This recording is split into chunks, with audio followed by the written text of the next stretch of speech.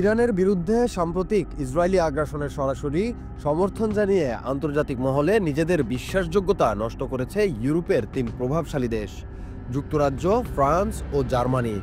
এমনটাই অভিযোগ তুলেছেন ইরানের উপপররাষ্ট্রমন্ত্রী কাজেম ঘারিবাবাদি। রাষ্ট্রীয় টেলিভিশনে এক সাক্ষাৎকারে তিনি স্পষ্ট ভাষায় এই অভিযোগ উত্থাপন করেন। ঘারিবাবাদি জানান, ইসরায়েলের 12 দিনের সামরিক অভিযানে প্রকাশ্য সমর্থন দিয়েছে ইউরোপীয় এই তিন দেশ। তার ভাষায়, এই তিন দেশ এবং যুক্তরাষ্ট্র ছাড়া অন্য কোনো রাষ্ট্রকে প্রকাশ্যে ইসরায়েলের পক্ষে অবস্থান নিতে দেখা যায়নি। এমনকি নীরব থেকেও অনেক দেশ এই আগ্রাসনের বিরোধিতা করেছে। ইরানি এই কূটনীতিক আরও দাবি করেন, ব্রিটেন, ফ্রান্স ও জার্মানি তাদের সমর্থন ন্যায্য প্রমাণে যেসব যুক্তি দিয়েছে তা ছিল পুরোপুরি ভিত্তিহীন এবং রাজনৈতিকভাবে উদ্দেশ্য প্রণোদিত। জাতিসংঘে যুক্তরাষ্ট্র ও ইসরায়েলের দেওয়া চিঠির ভাষা হুবহু অনুকরণ করে তারা একই বক্তব্য উপস্থাপন করেছে।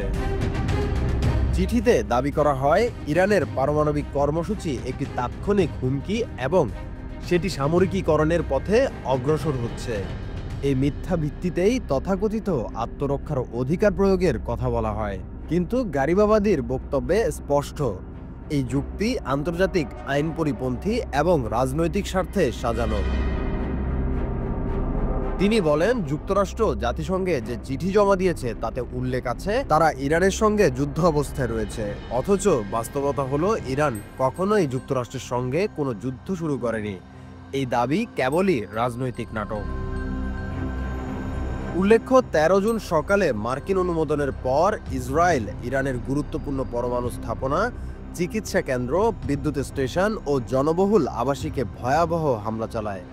প্রাণ হারান শতাধিক নিরীহ মানুষ, ধ্বংস হয় একাধিক হাসপাতাল ও শিক্ষা প্রতিষ্ঠান। এর পাল্টা জবাবে ইরান শুরু করে অপারেশন ট্রু প্রমিস 3। অধিকৃত ফিলিস্তিন অঞ্চলে ইসরায়েলি সামরিক ও গোয়েন্দা স্থাপনায় সফল হামলা চালায় বলে দাবি করে ইরান। এর পরপরই যুক্তরাষ্ট্র সরাসরি যুদ্ধে যুক্ত হয়ে ইরানের 3টি পরমাণু স্থাপনায় বিমান হামলা চালায়। জবাবে ইরান কাতারে অবস্থিত মার্কিন ঘাঁটি আল উদেইদ লক্ষ্য করে ক্ষেপণাস্ত্র ছোড়ে। 24 জুন যুদ্ধবিরতির ঘোষণা আসে, যা কার্যত ইসরায়েল নয় বরং ওয়াশিংটন থেকে ঘোষণা করেন প্রেসিডেন্ট ডোনাল্ড ট্রাম্প। তবে যুদ্ধ থেমে গেলেও পশ্চিমা কূটনীতির চাপ অব্যাহত থাকে। ইউরোপের এই তিন দেশ তখনও হুমকি দেয় তারা জাতিসংঘের স্ন্যাপব্যাক মেকানিজম সক্রিয় করে আবারও ইরানের উপর নিষেধাজ্ঞা ফিরিয়ে আনবে।